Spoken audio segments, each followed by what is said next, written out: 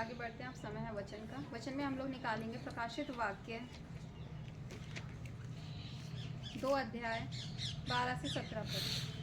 प्रकाशित वाक्य 2 अध्याय 12 से 17 पद।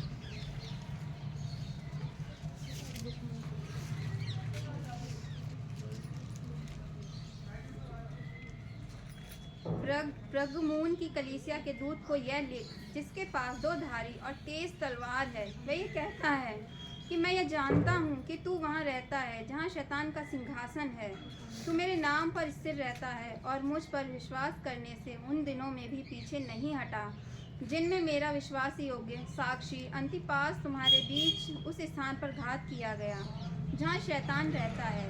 पर मुझे तेरे विरुद्ध कुछ बातें कहनी हैं, क्योंकि तेरे यहाँ कुछ ऐसे हैं जो बिलाम की शिक्षा को मानते हैं, जिसने बालाक को इजराइलियों के आगे ठोकर का कारण रखना सिखाया कि वे मूर्तियों पर चढ़ाई गई वस्तुएं खाएं और व्यभिचार करें। वैसे ही तेरे यहाँ कुछ ऐसे हैं जो निकुलियों की शिक्षा को मानते हैं। अतः मन फिरा नहीं तो मैं तेरे पास शीघ्र ही आकर अपने मुख की तलवार से उनके साथ लड़ूंगा। जिनके कान हो वे सुन लें कि आत्मा कलीसियाओं से क्या कहता है। जो जय पाए उसको मैं गुप्त मन्ना में से दूंगा और उसे एक श्वेत पत्थर भी दूंगा, और उस पत्थर पर एक नाम लिखा हुआ होगा जिसे उसके पाने वाले के सिवाय और कोई ना जानेगा। परमेश्वर अपने वचन पढ़े जाने समझाने पर आशीष दें। आमीन।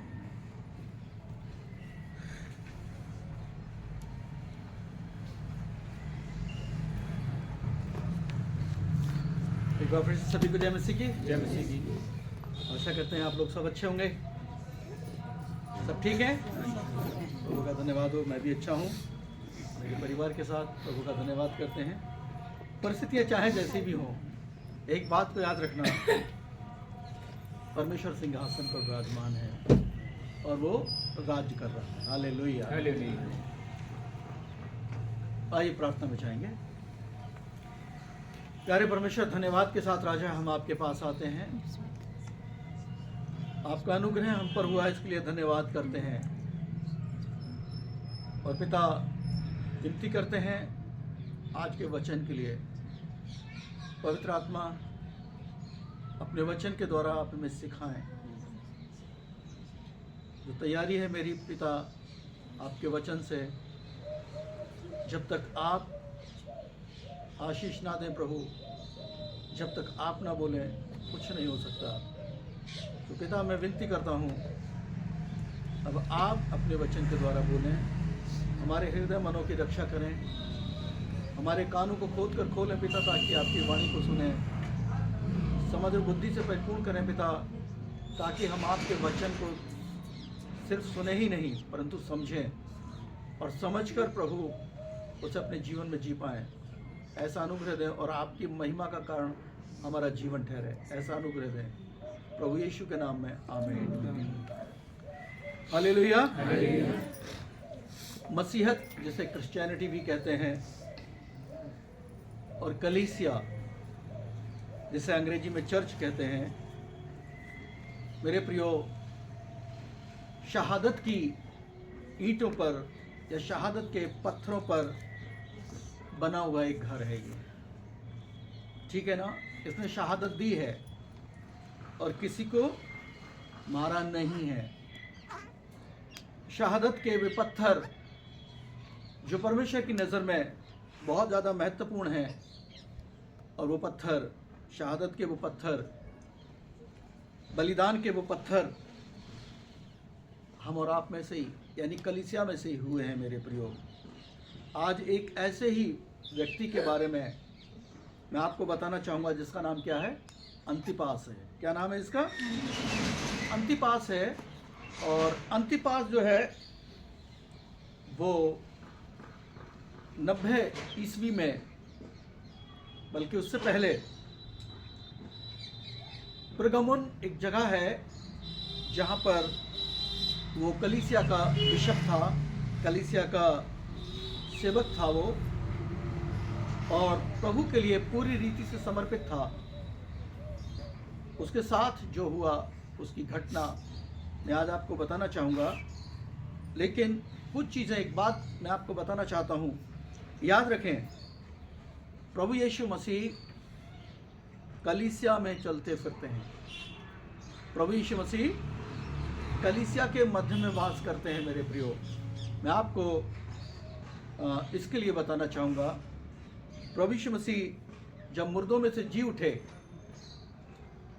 ठीक है ना, और स्वर्ग पर उठा लिए गए, उसके बाद जो कलीसिया पर संकट आया, बहुत सारी समस्याएं आई, और उसके बावजूद भी कलीसियाएं स्थापित होती रहीं। और जो प्रकाशित वाक्य की 7 कलीसियाएं हैं, जो प्रकाशित वाक्य की पुस्तक है, बाइबल की अंतिम पुस्तक है, ये सांकेतिक भाषा में लिखी हुई है। इसे समझना थोड़ा सा मुश्किल जरूर पड़ता है, लेकिन कठिन नहीं है। लेकिन जब ये तभी समझ में आ सकती है जब हम इसको लगातार पढ़ते हैं और समझने की कोशिश करते हैं, और पवित्र आत्मा से क्या करते हैं, प्रार्थना करते हैं कि वो हमें क्या करे, सिखाए। मेरे प्रियो, ये 7 कलीसियाएं कहाँ पर थी क्या आप जानते हैं? ये 7 कलीसियाएं एशिया माइनर में थी। कहाँ पर थी? एशिया माइनर में। हम लोग कौन से एशिया में हैं इस समय? हम लोग भी एशिया में ही हैं। हमारा देश भारत कहाँ पर है? एशिया में है, और हम लोग पूर्वी एशिया में आते हैं, ठीक है ना। तो मेरे प्रियो, जब ये कलीसियाएं थीं, जो आज वर्तमान में तुर्किस्तान कहलाता है। क्या कहलाता है? तुर्किस्तान आज भी इस धरती पर एक देश है। यहाँ से पाकिस्तान, पाकिस्तान के बाद कजाकिस्तान, अफगानिस्तान और तुर्किस्तान, ठीक है ना। और ये एशिया माइनर में पड़ता है। ये 7 कलीसियाएं थीं, और 7 कलीसियाओं की स्थापना ऐसी जगह पर थी जो अलग अलग शहर थे। पहला शहर इफिसुस की कलीसिया, दूसरा स्मुरना की कलीसिया, तीसरा क्या नाम है, सरदीस की कलीसिया, फिर क्या नाम, परगमुन की कलीसिया, थुआतीरा की कलीसिया, फिलाडेल्फिया की कलीसिया और लौदीकिया की कलीसियाएं। ये 7 कलीसियाएं जो थी वो अलग अलग जगहों पर थी। इन शहरों में काफ़ी दूरियां थीं, लेकिन 7 की 7 कलीसियाएं जहां पर प्रभु यीशु मसीह चलते फिरते थे, और कलीसियाओं के बारे में वो जानते थे कि कलीसिया क्या कर रही है, कलीसिया में क्या हो रहा है। और इन 7 कलीसियाओं के लिए जब यूहन्ना काला पानी की सजा में था, उस समय प्रभु ने इन कलीसियाओं को पत्र लिखवाए, और 7 कलीसियाओं के लिए जो पत्र लिखे गए, उन पत्रों में क्या था? कलीसिया को प्रोत्साहन देना, कलीसिया को चेतावनी देना, जो सही कर रही है उसके लिए प्रशंसा करना, और जो गलत कर रहे हैं उनके लिए उलाहना देना। उनके लिए क्या देना? उलाहना देना। और फिर एक चुनौती देना। चुनौती क्या थी? जो जय पाए वो उसके लिए मैं गिफ्ट दूंगा। प्रभु यीशु मसीह इस बात को कहते हैं, और जिसके कान हो वो क्या कर ले, सुन ले कि आत्मा कलीसियाओं से क्या कहता है। मेरे प्रियो, आज जिस कलीसिया की चर्चा मैं करने जा रहा हूँ वो परगमुन की कलीसिया है। मेरे प्रियो, परगमुन ये जो था, ये भी उस समय एक शहर था। और आज के जो वर्तमान समय है, आज के दौर में अगर हम देखें तो आज भी ये धरती पर है, और परंतु इसका नाम अब क्या हो गया है? बदल गया है। तुर्किस्तान का इज़मिर प्रांत है, जैसे घर का अपना यूपी है, ऐसे इज़मिर प्रांत है, और वहाँ का बरगमा शहर है। आज अगर आप उसे तलाशेंगे तो बरगमा शहर के नाम से जाना जाता है। और यहीं पर ये कलीसिया थी जिसका प्राचीन नाम परगमुन था। इसका प्राचीन नाम क्या था? परगमुन था। परगमुन जो है वो क्या था? परगमुन उस समय का जो स्थान था, वो ज़्यादातर नाम जो थे वो लोगों के देवी देवताओं के ऊपर नाम रखे जाते थे, उनके ईश्वरों के ऊपर नाम रखे जाते थे। मेरे प्रियो, यहाँ पर भी इसी तरह की कुछ चीज़ें हैं। परगमुन एक ऐसा शहर था जहाँ पर मसीहों के लिए सबसे ज़्यादा दुखदाई था। लेकिन फिर भी ऐसे ही जगह पर भी परमेश्वर ने अपनी कलीसिया को स्थापित किया था। कौन कौन सी समस्याएं थी मेरे प्रियो, मैं आपको बताता हूँ। परगमुन जो था वो यूनानी शहर था, लेकिन उस समय यूनान का जो राज्य था वो समाप्त हो चुका था और रोम का राज्य स्थापित हो चुका था मेरे प्रियो। और रोम के बादशाह ने पहली शताब्दी में क्या किया था, एक चाल चली, और चाल क्या थी? चाल ये थी कि उसने जो कैसर अगस्तुस था, कैसर अगस्तुस का नाम आपने लूका रचित सुसमाचार में पढ़ा होगा, दूसरे अध्याय में। उसी ने ये आज्ञा निकाली थी कि सबके नाम लिखाए जाएं। उसी समय पर यीशु मसीह का जन्म हुआ था। ये कैसर अगस्तुस बहुत ही ज़्यादा खतरनाक सम्राट था रोम का मेरे प्रियो। और इसने क्या किया, यहूदियों को सताने के लिए और मसीहों को सताने के लिए इसने क्या किया, अपने आप को सम्राट के तौर पर अपने आप को ईश्वर घोषित कर दिया। क्या कह दिया? अपने आप को ईश्वर बना दिया। और जो जो उसके राज्य के बड़े बड़े शहर, बड़े बड़े प्रांत थे, उन सारी जगहों पर क्या किया उसने, अपने मंदिर बनवा दिए। क्या करवा दिए उसने? अपने मंदिर बनवा दिए। और उन मंदिरों में क्या था, कैसर अगस्तुस की मूर्तियां लगाई गईं। और सख्त आदेश ये था कि अपने देवी देवताओं से पहले, अपने ईश्वरों से पहले क्या करना होगा तुम्हें? सम्राट के मंदिर में क्या करना पड़ेगा? अपना मत्था टेकना पड़ेगा। और अपने देवताओं के साथ साथ क्या करना पड़ेगा? सम्राट की पूजा करनी पड़ेगी और उसे ईश्वर के तौर पर क्या करना पड़ेगा? मानना पड़ेगा। लेकिन ये चीज जो थी उस समय के यहूदियों के लिए और मसीहों के लिए बहुत खतरनाक हो चली थी मेरे प्रियो। क्योंकि ना तो यहूदी परमेश्वर के सिवा किसी दूसरे की आराधना करते हैं और ना ही मसीह परमेश्वर के सिवा किसी दूसरे की आराधना करते हैं मेरे प्रियो। सोचकर देखिए, जहां पर राजा की ओर से ये आज्ञा निकाल दी गई हो, वहां पर मसीहों के लिए कितना दुखदाई समय रहा होगा। दूसरा, यूनान का जो देवता था, क्या नाम है, एराक्लेपियस। एराक्लेपियस ये चिकित्सा का देवता माना जाता था। अभी आप लोग जो मेडिकल में देखते हैं, मेडिकल स्टोर जहाँ बने होते हैं या अस्पताल जहाँ बने होते हैं, उनकी पहचान का एक चिन्ह होता है। काय का चिन्ह होता है? वो जानते हैं कौन सा चिन्ह होता है? हैं? प्लस का चिन्ह बना होता है। काय का? प्लस का चिन्ह बना होता है। ये एलोपैथिक दवाइयों का चिन्ह है कि ये मेडिकल है ना, या अस्पताल है, जहाँ भी आप जाएंगे वहाँ मिलेगा। लेकिन प्राचीन समय में एलोपैथिक के आने से पहले यही जो था एराक्लेपियस, ये एक सांप था जिसको लोग अपना देवता मानते थे, जिसको चंगाई का और चिकित्सा का देवता मानते थे मेरे प्रियो। इसको अगर आप देखना है, कभी भी इस चिन्ह को देखना है, तो आपको ये चिन्ह पता कहाँ मिलेगा? या तो जो होम्योपैथिक अस्पताल हैं, दवाइयाँ जहाँ मिलती है, और नहीं तो सबसे आसान जगह मैं आपको बता दूं, कभी अगर आप जाते हैं सीतापुर अस्पताल में, जो आंखों का अस्पताल है, जहाँ डॉक्टर बैठते हैं, उनके ठीक पीछे दीवार पर एक गोला बना हुआ है और उस गोले में एक चेहरा बना हुआ है और एक सांप को क्या किया गया है? चढ़ता हुआ दिखाया है। ये एराक्लेपियस देवता था इनका, और इसकी आराधना करना भी उन लोग के लिए बहुत जरूरी थी मेरे प्रियो। जो इनके विरोध में रहता था उसे क्या कर दिया जाता था? मार दिया जाता था। तीसरा था क्या नाम है, ज्यूस देवता, जिसे परगमुन भी कहा जाता था। ज्यूस जुपिटर का बेटा माना जाता था। जुपिटर कौन है? जो बृहस्पति ग्रह है, उस बृहस्पति ग्रह का बेटा इसे माना जाता था और इसी का बेटा ज्यूस था।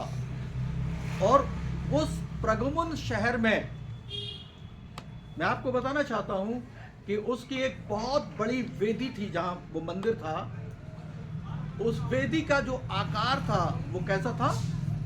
सिंहासन के जैसा था। उस वेदी की जो लंबाई और चौड़ाई थी 117 फीट। 117 फीट का मतलब है लगभग 39 गज। 39 गज यानी इस अपने चर्च से भी ज्यादा बड़ी उसकी एक वेदी थी, जिसकी गहराई 109 फीट अर्थात लगभग 36.25 गज उसकी गहराई थी। और उसमें एक समय में बहुत सारे बलिदानों को चढ़ाया जाता था। यहाँ तक कि अगर कोई उसके विरोध में बोल देता था तो वो उसी वेदी में क्या कर दिया जाता था? जलाकर मारा जाता था मेरे प्रियो। और इस वेदी का जो नमूना था, जो मॉडल था बना हुआ, वो कैसा था? वो सिंहासन की तरह था। किसकी तरह था वो? सिंहासन की तरह था। प्रभु यीशु मसीह कहते हैं, फिर गम उनकी कलीसिया के दूत को ये लिख, जिसके पास तलवार, चोखी तलवार है, ठीक है ना, दोधारी और कैसी तलवार है? चोखी और तेज। चोखी का मतलब तेज ही होता है। तेज यानी बहुत ज्यादा शार्प, धारदार। प्रभु यीशु मसीह कहते हैं, फिर गम उनकी कलीसिया के दूत को ये लिख, अर्थात उस सेवक के लिए जो वहां पर सेवा कर रहा था, उसके लिए ये लिख कि जिसके पास दोधारी तेज तलवार है, वो ये कहता है। ये दोधारी तेज तलवार से मतलब क्या है? आप तो सोचते होंगे कि यीशु मसीह के हाथों में तलवार हमने तो कभी सुनी नहीं, कभी देखी नहीं। ये तलवार से मतलब वो तलवार नहीं है जो लोहे की होती है, जिससे लड़ाई की जाती है। ये तलवार से मतलब जानते हैं क्या है? इस तलवार से मतलब है उसके मुंह की जो तलवार है, अर्थात न्याय की तलवार जो है वो उसके पास है। और वो कहता है, जो शब्द मेरे निकलेंगे, जो शब्द मेरे क्या होंगे? निकलेंगे, वो तुम्हें काटेंगे, अर्थात वो तुम्हारा न्याय करेंगे। अर्थात मैं जिसके पास न्याय करने का अधिकार है, मैं इस बात को क्या करता हूं? जानता हूं। क्या तू वहां रहता है? पढ़िए आगे 13वें पद को। मैं ये जानता हूँ, मैं ये जानता हूँ कि तू वहाँ रहता है, कि तू वहां रहता है, जहाँ शैतान का सिंहासन है, जहाँ शैतान का सिंहासन है। तू मेरे नाम पर स्थिर रहता है, तू मेरे नाम पर स्थिर रहता है, और मुझ पर विश्वास करने से, और मुझ पर विश्वास करने उन से दिनों में भी पीछे नहीं हटा, उन दिनों में भी पीछे नहीं हटा, जिनमें मेरा विश्वास योग्य साक्षी जिनमें मेरा विश्वास योग्य साक्षी अंतिपास तुम्हारे बीच अंतिपास तुम्हारे बीच उस में स्थान पर घात किया गया, उस स्थान पर घात किया गया, जहाँ शैतान रहता था। जहां शैतान रहता है। प्रभु यीशु मसीह इस प्रगमन की कलीसिया को प्रोत्साहित कर रहे हैं, ठीक है ना? क्या प्रोत्साहन दे रहे हैं? प्रभु यीशु मसीह कह रहे हैं, मैं जानता हूं कि जिस चर्च में तुम हो, जहां तुम्हारा चर्च है, वो शैतान का गढ़ है। वो किसका गढ़ है? शैतान का गढ़ है। उस शैतान के गढ़ में भी तुम क्या करते हो? मेरे नाम पर विश्वास करते हो, और वो भी ऐसी परिस्थितियों में से, ऐसे हालातों में जब मेरा विश्वास योग्य साक्षी अंतिपास, प्रभु यीशु मसीह ने अंतिपास को क्या कहा? विश्वास योग्य साक्षी, यानी जान दे देगा मगर कभी भी धोखा नहीं देगा। हालेलुया। जान दे देगा मगर कभी धोखा नहीं देगा। जो विश्वास उसने किया है, वो उस विश्वास में जान देने तक क्या है? दृढ़ और अटल है। और ऐसी परिस्थितियों में भी वो क्या कर रहा है, मेरे नाम की गवाही दे रहा है। हालेलुया। वो मेरे नाम की गवाही देने से रुका नहीं है, वो लगातार गवाही दे रहा है। और ऐसी जगह पर जहां इतनी खतरनाक चीजें हों, ऐसी जगह पर मेरे प्रियो सुसमाचार सुनाना, कलीसिया को चलाना कितना मुश्किल और कठिन काम था, ये हम सब जानते हैं। आज हमारे यहाँ का भी हालत इससे कुछ कम नहीं है। फिर भी लोग क्या हैं? फिर भी लोग विश्वास में बने हुए हैं। हालेलुया।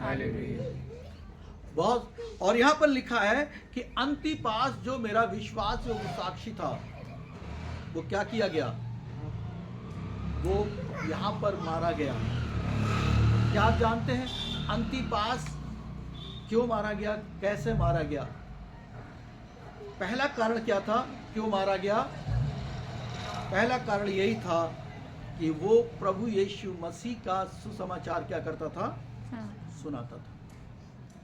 वो प्रभु के वचन की खरी शिक्षा को क्या करता था? वो देता था मेरे प्रियो। और लोग जो थे वो समय चर्चों में बहुत आयत के साथ आ रहे थे, क्योंकि लोग टूट चुके थे। वो जो धार्मिक उनके कर्म कांड थे, इतना भयंकर भय फैला रखा था उन लोगों ने कि लोगों को प्रेम की आवश्यकता थी, लोगों को परमेश्वर की दया की आवश्यकता थी, लेकिन वहां पर वे उस दया को नहीं पाते थे। और जब वे प्रभु के चरणों में आते थे, वे परमेश्वर की दया को पाते थे और कलीसिया बढ़ रही थी मेरे प्रियो। और तब जब वहां पता चला, वैसे क्या किया गया? अंतिपास को पकड़ लिया गया, जो वहां का बिशप था, जो वहां का क्या था? बिशप था। उसको पकड़ लिया गया और पकड़ करके जानते क्या किया? कोई साधारण मौत नहीं दी थी। यूनान की एक तरीका था अपने दुश्मन को मारने का, और वो बड़ा ही भयंकर तरीका था। और उस भयंकर तरीके में क्या होता था?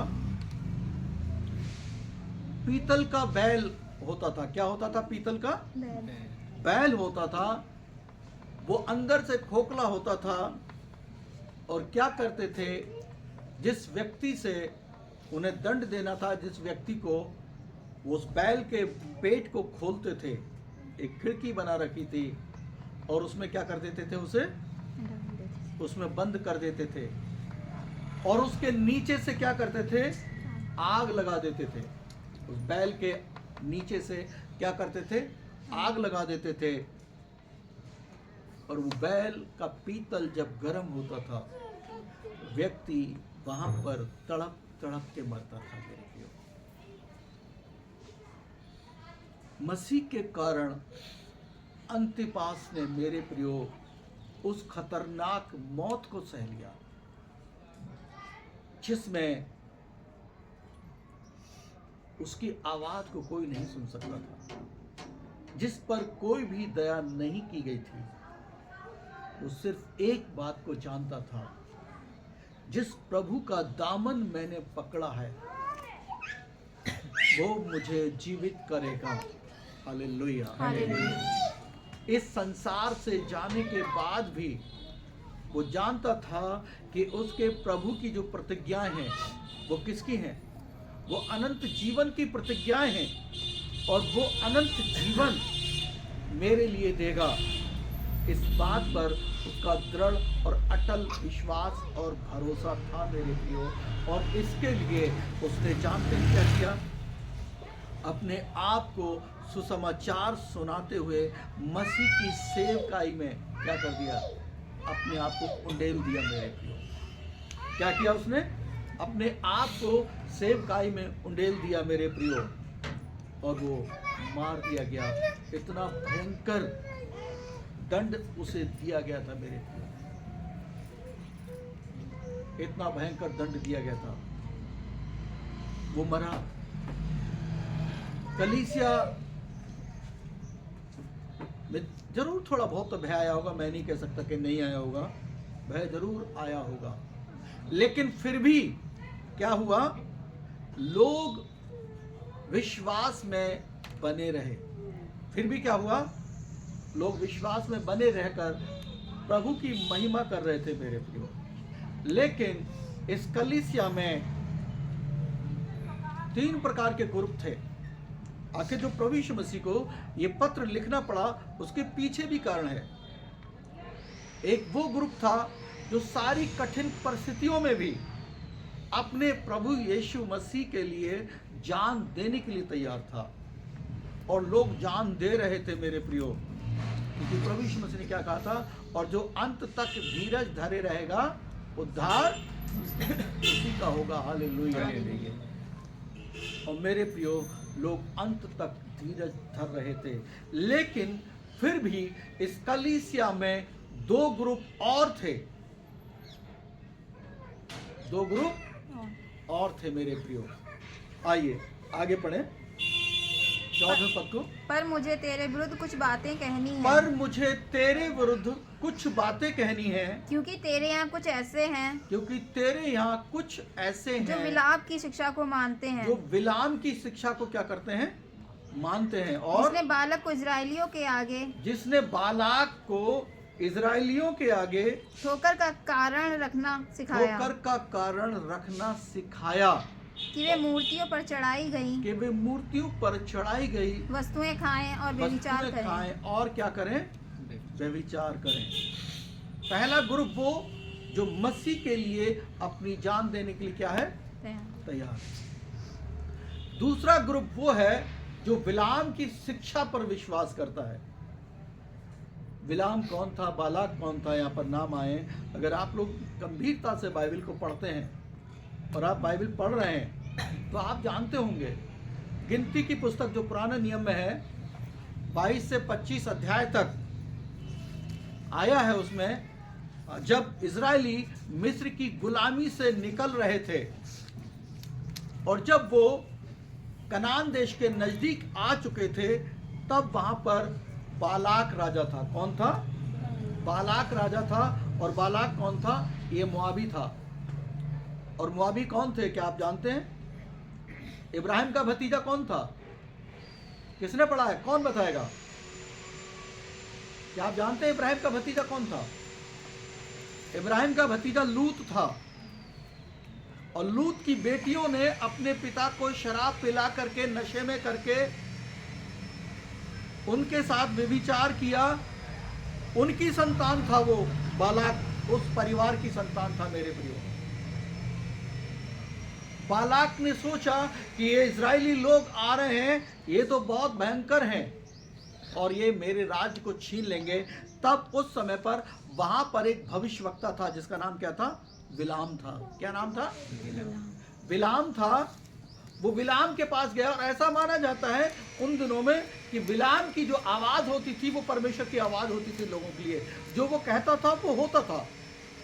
और बालाक राजा ने क्या किया, बिलाम के पास अपने कुछ लोगों को भेजा और कहा, राजा तेरा बहुत आदर और सत्कार करना चाहता है, तू चल। और चल कर क्या कर, राजा कुछ लोगों को श्राप देने के लिए कहता है, तू चल कर उन्हें क्या कर दे, श्राप दे दे। पहले तो उसने मना किया कि मैं ऐसा नहीं कर सकता, लेकिन जब उसके सामने धन का लालच रखा गया मेरे प्रियो, वो आ गया। लेकिन परमेश्वर ने उससे कहा, देख ये मेरे लोग हैं, इन्हें तू श्राप मत देना, इनसे वही कहना जो मैं कहूंगा। और बालाक ने जब उसको बुलाया तो पहाड़ी पर चढ़ा कर ले गया। बोले, देख कितनी बड़ा झुंड आ रहा है। वो चाहता था उसको श्राप देना, लेकिन परमेश्वर ने उसके मुंह को बंद कर दिया और परमेश्वर ने उससे आशीष दिलवाई। और अंत में राजा बालाक बहुत ही नाराज हुआ उस पर, क्या मैंने तुझे इन लोगों के लिए श्राप देने को, बददुआ देने को नहीं बुलवाया था? फिर तूने इन्हें आशीष कैसे दी? उसने कहा, भाई मैं क्या कर सकता हूं, परमेश्वर ने जो बुलवाया मैंने वो बोल दिया। हो सकता है बालक ने पूछा होगा, फिर बता क्या करूं मैं? कहते हैं ना, मुंह खाता है तो आंख क्या होती है, शर्माती है। मुंह खाता है तो आंख शर्माती है, क्योंकि वो माल ले चुका है मगर परमेश्वर ने उसका मुंह बंद कर दिया। तो कुछ ना कुछ तो किया ही जाएगा मेरे प्रियो। तो उसने कहा मैं अपने मुंह से तो श्राप नहीं दे सकता इनको, मगर एक तरीका बता सकता हूं, और वो तरीका ये है कि तू अपनी प्रजा के लोगों को बोल कि इन लोगों को द्वार खोल दें, जो पुरुष हैं इनको द्वार खोल दें, और द्वार खोल कर क्या करें, अपने यहाँ पर आने दें और अपने मंदिरों में पूजा करवाएं। और जानते हैं वहाँ पर उन समयों में क्या होता था, जो पुरुष लोग पूजा करने जाते थे वो व्यभिचार करके जाते थे मेरे प्रियो। पहले व्यभिचार करते थे, फिर मंदिर में जाते थे पूजा करने के लिए। ये वो समय था वहाँ पर। और आप जानते हैं कि पुरुषों के अंदर क्या होता है, घर में कितनी भी अच्छी बीवी क्यों ना बैठी हो, मगर ध्यान दूसरे की तरफ होता है। जब उन्होंने देखा कि लोग बुला रहे हैं और वहाँ भागने लगे मेरे प्रियो, और तब परमेश्वर का क्रोध उन पर भड़का। और वचन बताता है एक दिन में 23,000 लोग क्या हो गए, मर गए। जरा आप पढ़ सकते हैं इसको, क्या नाम है, पहला कुरिन्थियों 10 अध्याय उसका 7-8 पद पढ़ो जल्दी से कोई जन। पहला कुरिन्थियों नए नियम में 10 अध्याय उसका 7 और 8 पद।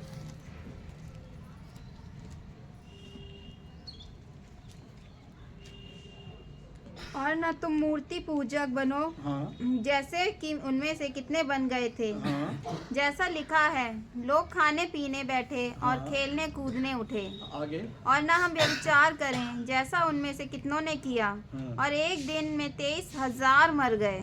एक दिन में कितने लोग मर गए, 23,000 मर गए मेरे प्रियो।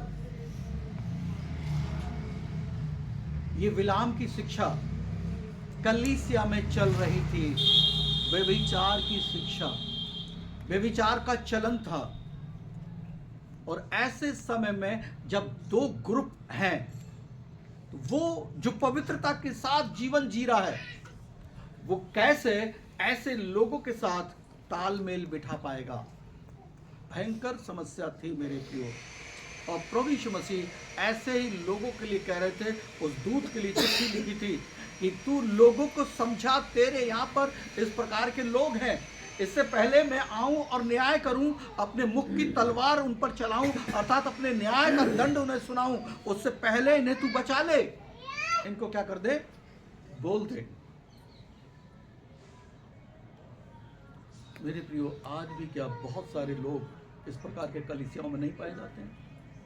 इधर भी हैं और इधर भी हैं, दोनों तरफ चल रहे हैं।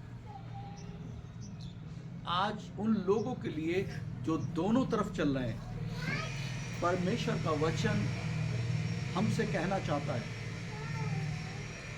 कि हम एक मार्ग पर आ जाएं।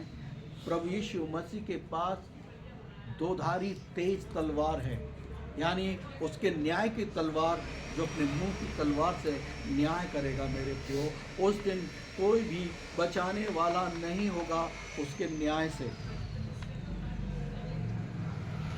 बिलाम की शिक्षा व्यभिचार और मूर्तियों पर चढ़ा हुआ प्रसाद खाना, दोनों तरफ, इधर भी और इधर भी, दोनों हाथों में लड्डू लेना चाहते हैं।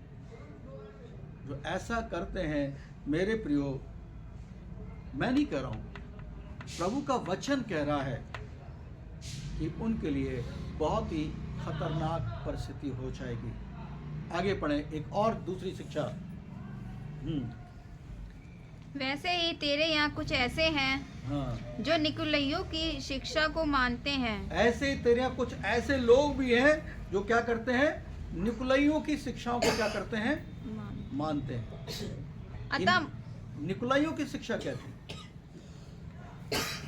ये निकुलाइयों की शिक्षा वो शिक्षा थी, जैसे आज बहुत सारे कल्ट मसीह के नाम से चल पड़े हैं, कहते हैं हम मसीह हैं, हम मसीह हैं, लेकिन उनके द्वारा अपनी विचारधारा पर चलाई गई संस्थाएं खड़ी कर ली हैं लोगों ने मेरे प्रियो।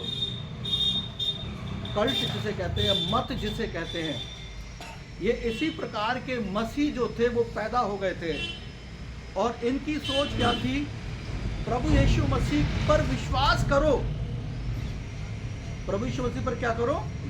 विश्वास करो, व्यभिचार भी करो, ये भी करो, वो भी करो, सब कुछ करो, प्रभु यीशु मसीह क्या कर देगा? क्षमा कर देगा। यानी विश्वास यीशु मसीह पर करो, मगर जियो कैसे? पूरी रीति से संसार के तरीके से जियो, कोई चिंता की बात नहीं है। इस प्रकार की कलीसियाएं आज बहुत ज्यादा हैं। मैं एक दो पादरियों को जानता हूँ।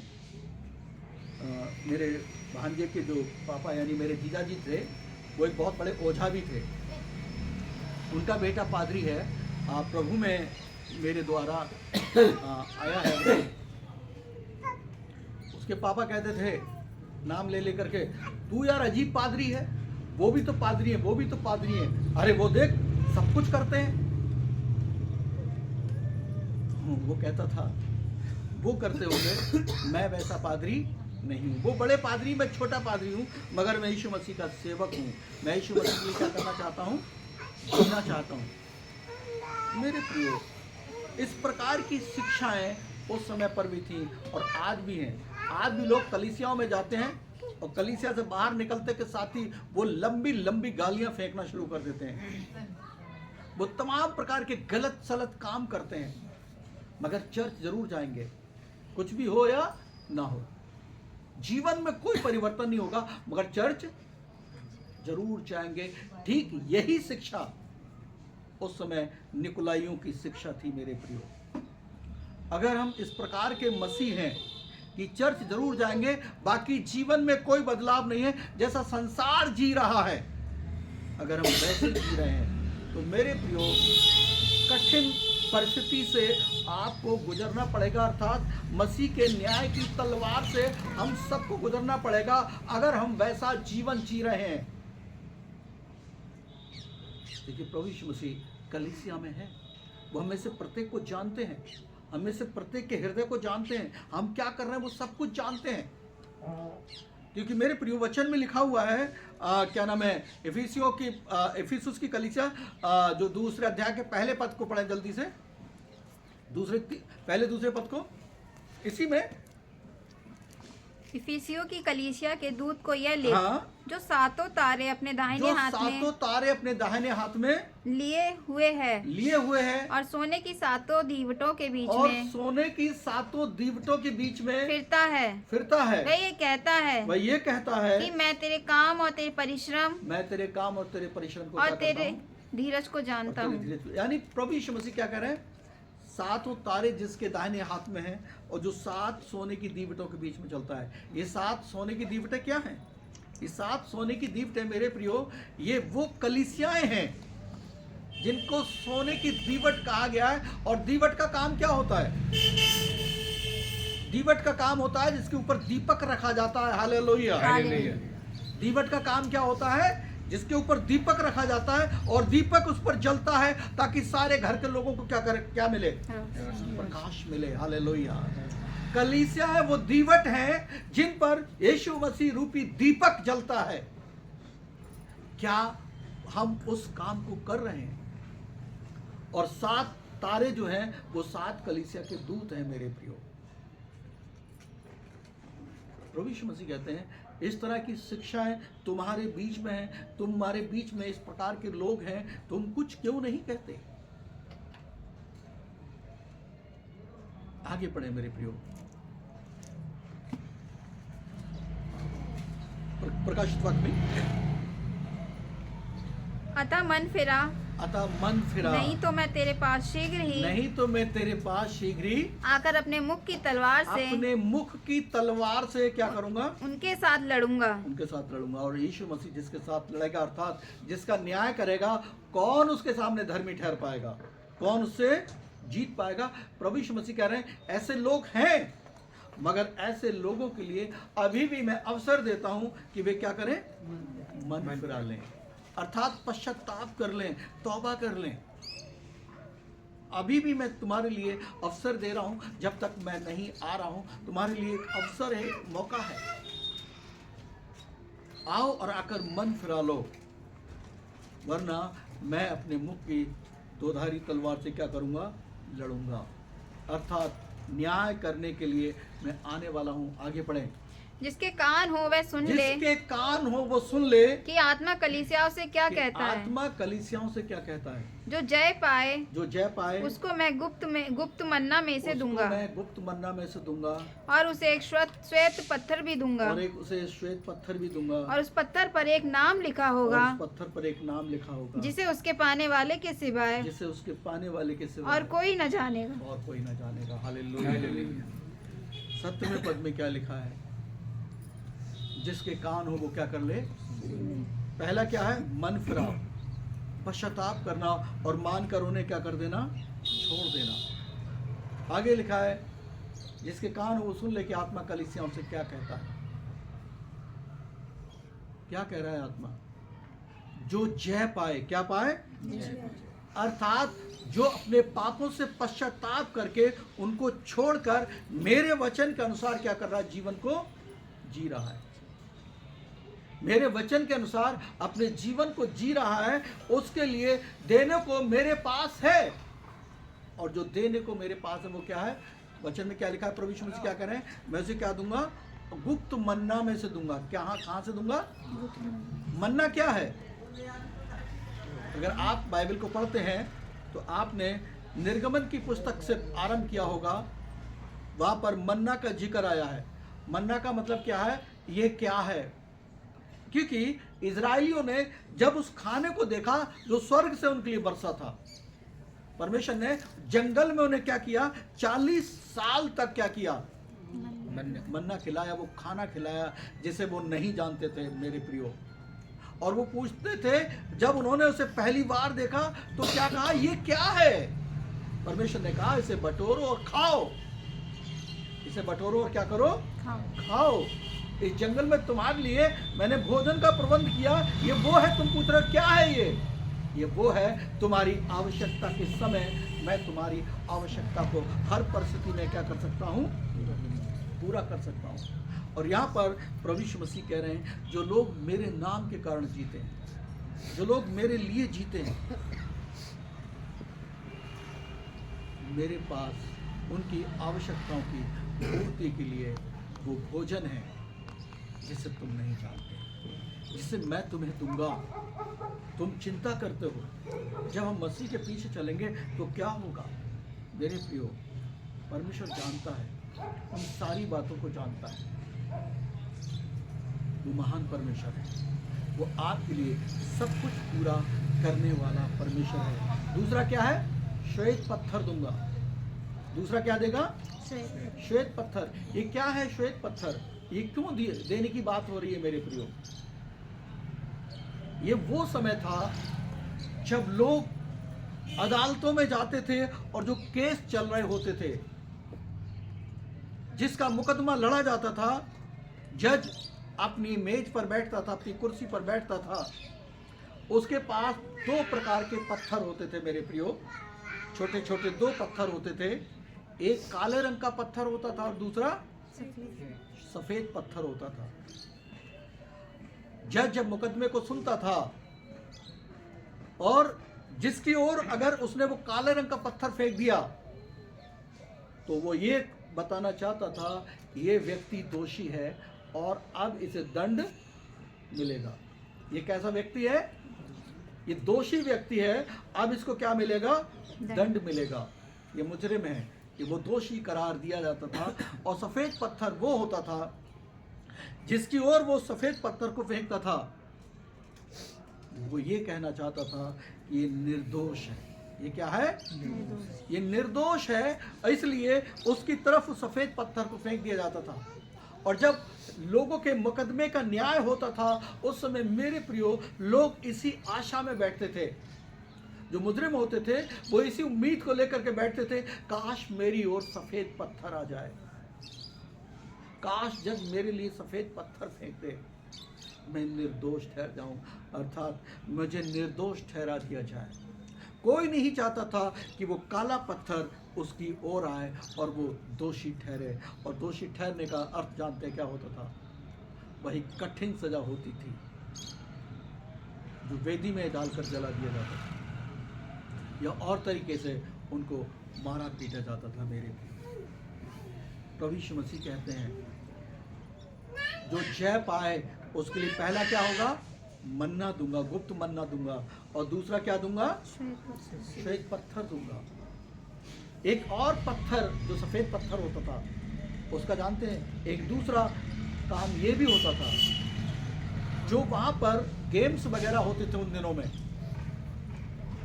और जो टीम जीतती थी उस टीम के लिए मेरे प्रियो वो सफेद पत्थर दिए जाते थे। और उन पत्थरों पर क्या किया जाता था? उनका नाम लिखा जाता था उसकी रैंक के हिसाब से, ये कैप्टन है, ये वो है, ये वो है, ये वो है। और वो फिर क्या होता था? राजाओं के यहाँ पर जो भोज होता था, उस भोज में उस टीम को बुलाया जाता था, मगर वो जो पत्थर होता था सफ़ेद रंग का, जिस पर उसका नाम लिखा हुआ होता था, वो उसकी पहचान होती थी, वो एंट्री कार्ड होता था। जैसे आजकल कोई प्रोग्राम होते हैं तो लोग क्या करते हैं? कार्ड छपवाते हैं। शादियां होती हैं तो कार्ड छपवाते हैं, कोई और प्रोग्राम करते हैं तो कार्ड छपवाते हैं। और कई कार्डों में तो ये लिखा होता है कि जब आप आएँ तो ये आपकी पहचान है, आप अपना कार्ड लेकर के जरूर आएँ। मेरे प्रियो, ये सफ़ेद पत्थर जिसके पास होता था, राजा के दरबार में जब वो जाता था तो उसका बहुत ही आदर और सम्मान के साथ उसका स्वागत किया जाता था, और वो राजा के समक्ष साथ में बिठाया जाता था। Hallelujah, hallelujah. ये था श्वेत पत्थर। और प्रभु यीशु मसीह मेरे प्रियो यहाँ पर कह रहे हैं जो जय पाए उन सारी परिस्थितियों पर, ये व्यभिचार से और इन सब चीज़ों से छूटकर जो मेरे पीछे आता है और अपने जीवन को मेरे वचन के अनुसार जीता है, मैं उसे बताना चाहता हूँ, मैं उसकी आवश्यकताओं को पूरा करूँगा। और दूसरा क्या करूँगा? उसके लिए मैं निर्दोष ठहरा दूँगा। ये श्वेत पत्थर जो है उसके लिए धार्मिकता का वस्त्र होगा। Hallelujah, hallelujah. कि परमेश्वर ने, प्रभु यीशु मसीह ने इस व्यक्ति को क्षमा कर दिया है, इसे धर्मी ठहरा दिया है। इसे क्या कर दिया है? धर्मी ठहरा दिया है, इसको न्याय कर दिया है। अब ये धर्मी है। दूसरा, राजा के सामने पेश होते थे। क्या आप जानते हैं कलीसिया भी उस विवाह भोज में शामिल होगी? आइए मेरे साथ निकालें प्रकाशित वाक्य 19 अध्याय, उसका 7 से 9 पद को जल्दी से पढ़ें। प्रकाशित वाक्य 19 अध्याय 7 से 9 पद को जल्दी से पढ़ दीजिए कोई जन। आओ हम आनंदित और मगन हों, आओ हम आनंदित और मगन हों, और उसकी स्तुति करें, और उसकी स्तुति करें, क्योंकि मेमने का विवाह आ पहुंचा है। क्योंकि मेमने का विवाह आ पहुंचा। ये मेमना कौन है? ये मेमना प्रभु यीशु मसीह है मेरे प्रियो, क्योंकि उसका विवाह आ पहुंचा है। आगे, और उसकी दुल्हन ने अपने आप को तैयार कर लिया है। दुल्हन ने अपने आप को तैयार कर लिया। हालेलुया। यानी कलीसिया अपने आप को तैयार कर रही है। आगे, उसके शुद्ध और चमकदार महीन मलमल, चमकदार महीन मलमल पहनने का अधिकार दिया गया है। पहनने का अधिकार दिया है किसको? कलीसिया को। हाँ, क्योंकि उस महीन मलमल का अर्थ है पवित्र लोगों के धर्म के काम। महीन मलमल का अर्थ है धर्मियों के भले काम, धर्म के काम। और आगे, तब स्वर्गदूत ने मुझसे कहा, यह लिख कि धन्य है वे जो मेमने के विवाह के भोज में बुलाए गए हैं। और आगे, और फिर उसने मुझसे कहा, ये वचन परमेश्वर के सत्य वचन है। ये वचन परमेश्वर के सत्य वचन है। हालेलुया। मेरे प्रियो, जो जय पाएगा इस संसार की सारी परिस्थितियों में, संसार कलीसिया में घुस रहा है। शैतान लोगों को इस तरीके से कर रहा है कि वे वचन पर ध्यान ना दें, इधर भी रहें और सब तरफ से क्या करें? अपने आप को बचाने की कोशिश करें। लेकिन मेरे प्रियो, प्रभु यीशु मसीह कलीसिया में है, वो आपके हृदय की एक एक बात को जानते हैं। आपके मन में क्या चल रहा है, मेरे मन में क्या चल रहा है, वो एक एक बात को जानते हैं। मेरे प्रियो, हम उसे धोखा नहीं दे सकते। वचन में लिखा है, ये जो श्वेत पत्थर है, वो जो महीन मलमल के सफेद वस्त्र हैं, वो क्या है? वो ये है कि कलीसिया को धर्मी ठहराया गया है। आपको जो महीन मलमल के श्वेत वस्त्र मिल रहे हैं, अर्थात प्रभु यीशु मसीह के लहू के द्वारा आप धोए जाते हैं और धार्मिकता का वस्त्र आपको पहनाया जाता है मेरे प्रियो। मैं एक दिन एक गवाही सुन रहा था, एक बहन की गवाही सुन रहा था। उसने यीशु मसीह पर क्या किया? विश्वास किया मेरे प्रियो। जवान लड़की थी, उसे उसके घर के लोगों ने बहुत ही ज़्यादा तंग और परेशान किया और लोगों ने मिलकर पता उसके कपड़े फाड़ डाले, उसे नंगा भागना पड़ा और वो लज्जा के मारे बहुत परेशान थी। चर्च में कलीसिया में पास्टर के यहाँ पास्टर की पत्नी ने जल्दी से उसे कपड़े दिए, उसने पहना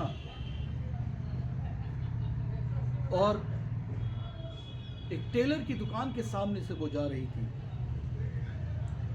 वो कपड़े लेकर आई सिलवाने के लिए, पास्टर की पत्नी ने उसे कपड़े दिए और लेकर आई वो टेलर के पास।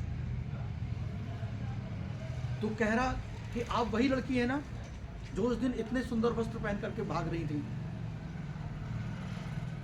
और वो लड़की चकित थी। ये उसकी अपनी गवाही है मेरे प्रियो।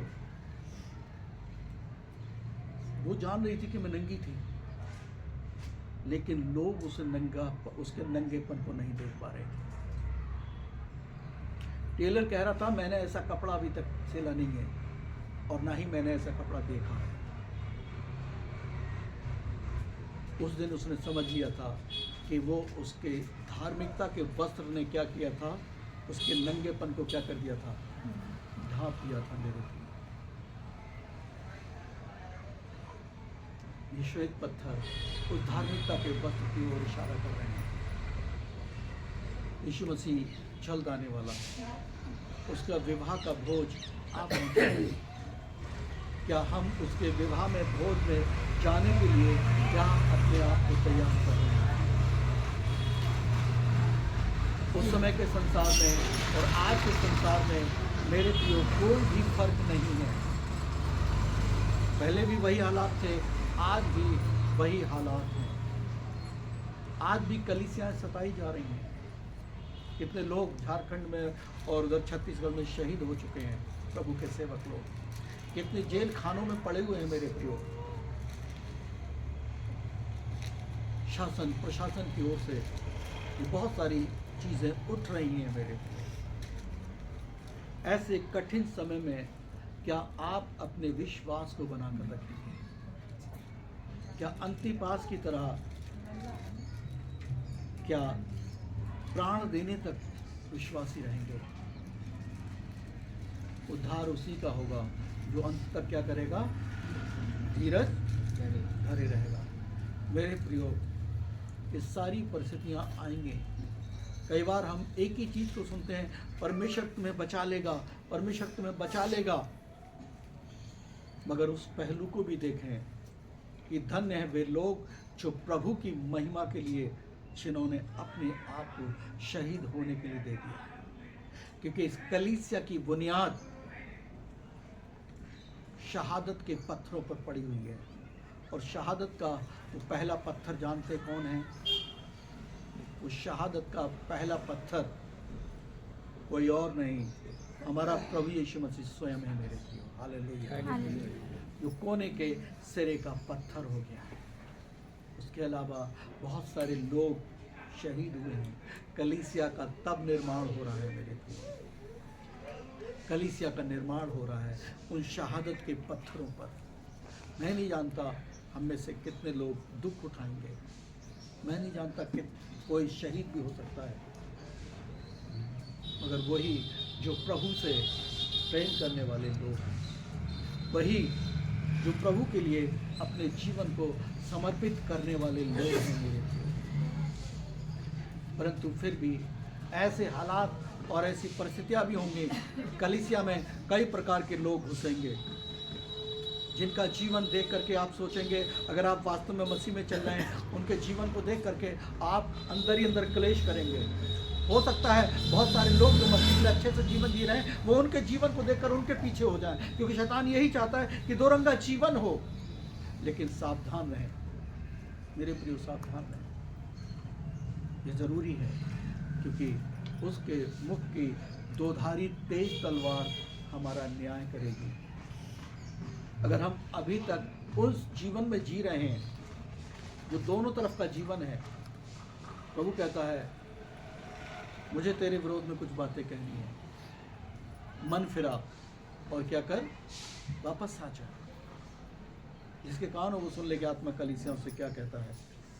काला पत्थर अगर किसी की ओर आता है तो ध्यान रखना वो दोषी ठहर चुका है, और उस नरक की भयंकर आग से कोई भी बचाने वाला नहीं होगा। श्वेत पत्थर वो जो प्रभु की महिमा के लिए जीवन जी रहे हैं, दुखों को सहते हुए भी, कष्टों को उठाते हुए भी परमेश्वर की महिमा कर रहे हैं। मेरे प्रियो, हम किस में से हैं? क्या निकुलाइयों की शिक्षा वाले हैं? हाँ, मसीह पर विश्वास करो, सब कुछ करो, कोई फर्क नहीं पड़ने वाला है। प्रभु कहते हैं तेरे निकुलाइयों की शिक्षा पर भी लोग चलते हैं, जो अनैतिक जीवन जीने के लिए विवश करते हैं, जो अनैतिक जीवन जीते हुए खुश होते हैं और तमाम प्रकार की चीज़ों पर चढ़ी हुई चीज़ें खाते हैं। बिलाम की शिक्षा भी यही है, व्यभिचार में लिपटा देना। बहुत सारी समस्याएं हैं मेरे प्रियो। मेरे प्रियो, अगर आप मसीह के पीछे चल पड़े हैं, दुख भी आएगा। मैं ये नहीं कहूँगा कि आप सतावट से नहीं गुजरेंगे, कोई भी गुजर सकता है अपनी गवाही के कारण जो मसीह की खातिर आप दे रहे हैं। मसीह जीवन अपने आप में जीते हुए आप सताए जाएंगे।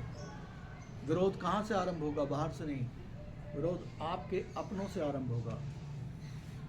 चीज़ें होंगी, उन लोगों के लिए कोई फर्क नहीं पड़ता है, चाहे राजा की मूर्ति हो या किसी और की मूर्ति हो, जो पहले से ही उन चीज़ों में डूबे हुए हैं। वो राजा की भी मूर्ति की पूजा कर लेंगे, तो बाकी चीज़ों की मूर्ति की पूजा कर लेंगे, लेकिन एक सच्चा मसीह अपने परमेश्वर को छोड़ और किसी की इबादत नहीं कर सकता। प्रभु अपने वचन पर आशीष दे। आमीन। आइए प्रार्थना करें। प्यारे परमेश्वर, धन्यवाद करते हैं राजा आपके अनुग्रह, आपकी दया के लिए। प्रभु धन्यवादी हैं प्रभु अंतिपास के लिए, जिन्होंने अपने विश्वास की गवाही दी और वो आपके वचन में प्रभु विश्वास योग्य साक्षी के रूप में आज अंकित है। प्रभु पिता, कठिन परिस्थितियों में जो आपके लिए जीते हैं वो धन्य है। पिता, मेरी प्रार्थना है आज का वचन हम सबके जीवन में 100 गुना, 60 गुना, 30 गुना फल रहा है। और अगर हम में से कोई भी निकलाइयों वाली शिक्षा पर या विलाम वाली शिक्षा पर चल रहे हैं, हम प्रभु मन फिरा सकें और आपके पास आ सकें, ताकि हम काले पत्थर के नहीं परंतु सफ़ेद पत्थर के हकदार बन जाएं और प्रभु यीशु मसीह के विवाह के भोज में हम सम्मिलित हो सकें। ऐसा अनुग्रह दें। सब बातों पिता केवल आपको महिमा मिले, आप बड़े और हम कहते हैं यीशु के नाम में आमीन। हालेलुया।